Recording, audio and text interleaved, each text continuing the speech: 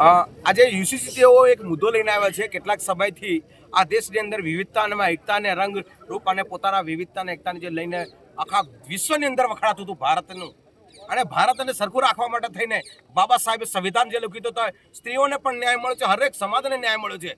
પણ કેટલાક સમયથી આવા એ લોકો વિચાર શ્રેણીવાળા વ્યક્તિઓ આવી ગયા છે. એ ભારતને તોડવા માટેની છે અને અશાંતિ ફેલાવવા માટે તેને નવા નવા તુક્કા લઈને આવ્યા છે.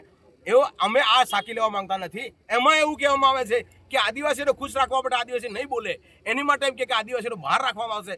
અમે આદિવાસી અમને એકલા નહીં, આ સમાજના બધા જ લોકો ભારતીયોને બધાને ન્યાય મળે એની માટે અમે આદિવાસીઓ સાથે એમની માટે હરેક દુઃખની અંદર સાચીએ. અને ઓળખાણ તો કોઈની ભૂસાવી ના જોઈએ, ઓળખાણથી જ માણસ ઓળખાય છે. અમારું આદિવાસીની ઓળખ અને એમની ઓળખ અને કેવી રીતે અમારા રીત રિવાજ, બોલી, ભાષા, સંસ્કૃતિ, પૂજા પદ્ધતિ અલગ છે, તો કેવી રીતે અમે એક હોઈ શકીએ?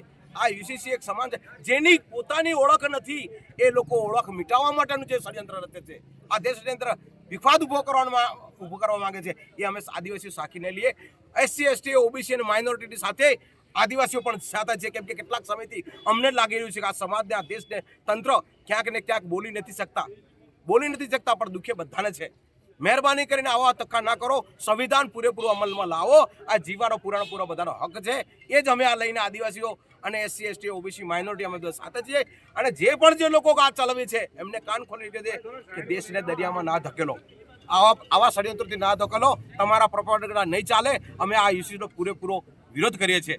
લાગુ કરો પૂરેપૂરો, દેશની અંદર સંવિધાન પૂરેપૂરું લાગુ કરો, તો 100% અમે આ સમર્થનમાં. પણ યુસીસીનો તો બિલકુલ નામનો નહીં. એકને બાકાત રાખવાનું, એકમંચ રાખવાનું અમને ના ચાલે. અમે યુસીસીનો પૂરેપૂરો વિરોધ કરીએ છીએ.